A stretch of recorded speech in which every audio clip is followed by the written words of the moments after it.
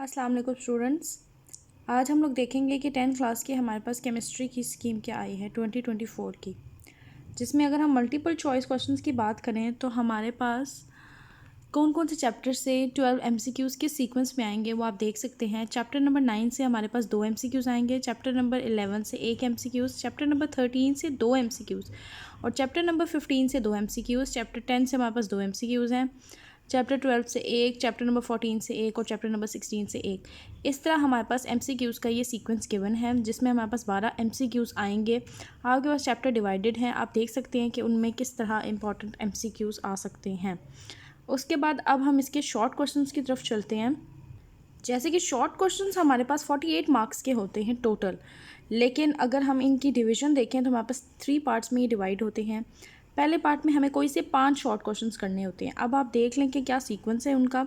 Chapter number 9 से हमारे पास 2 short आएंगे, चैप्टर नंबर 13 से हमारे पास 2 शॉर्ट क्वेश्चंस आ रहे हैं और चैप्टर नंबर 11 से हमारे पास 4 शॉर्ट क्वेश्चंस आएंगे।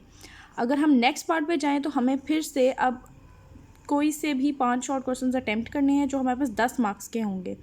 चैप्टर 10 से आपके पास 2 शॉर्ट क्वेश्चंस आएंगे, चैप्टर नंबर 16 से 4 हैं, चैप्टर नंबर 12 से 2 शॉर्ट क्वेश्चंस हैं इसमें।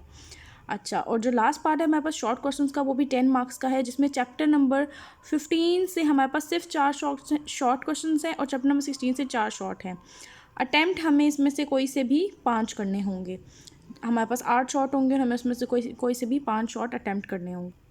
अब अगर हम अपने लॉन्ग क्वेश्चंस की तरफ चलें, जो मेजर इम्पॉर्टेंट पार्ट होता है हमारे पेपर का, तो उसमें हम देखते हैं कि 3 हमारे पास लॉन्ग क्वेश्चंस आएंगे, जिसमें से हमें कोई से 2 अटैम्प्ट करने हैं। चैप्टर नंबर 9 में से पहला हमारे पास पार्ट आएगा ए, जो मार्क्स 5 का होगा। फिर चैप्टर नंबर 13 से चैप्टर नंबर 9 और चैप्टर नंबर 13 की हमारे पास स्कीम बनी हुई है। अच्छा, उसके बाद चैप्टर नंबर 6 से हमारे पास उसके बाद हमारे पास क्वेश्चन नंबर 6 जो हमारे पास है वो चैप्टर नंबर 10 से एक हमारे पास आएगा लॉन्ग क्वेश्चन, और चैप्टर नंबर 15, चैप्टर नंबर 10 और चैप्टर नंबर 15 की एक पेयरिंग स्कीम बनी हुई है।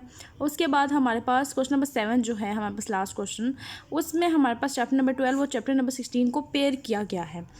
अब आप इसका सीक्वेंस देख सकते हैं कि हमारे पास कैसे लॉन्ग क्वेश्चंस बन के आएंगे।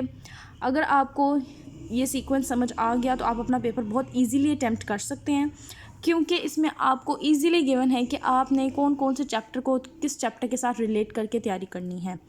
शॉर्ट क्वेश्चंस भी आपके पास आ गए हैं, MCQs भी आपके पास आ गए हैं और लॉन्ग क्वेश्चन की स्कीम भी आपके पास आ गई है। अगर लॉन्ग क्वेश्चंस को आप इस तरीके से प्रिपेयर करेंगे तो आपके लिए ज़्यादा ईजी होगा, कोई डिफ़िकल्टी नहीं होगी। होप सो आप लोगों को ये ईजिली समझ आ गया होगा। Thank you.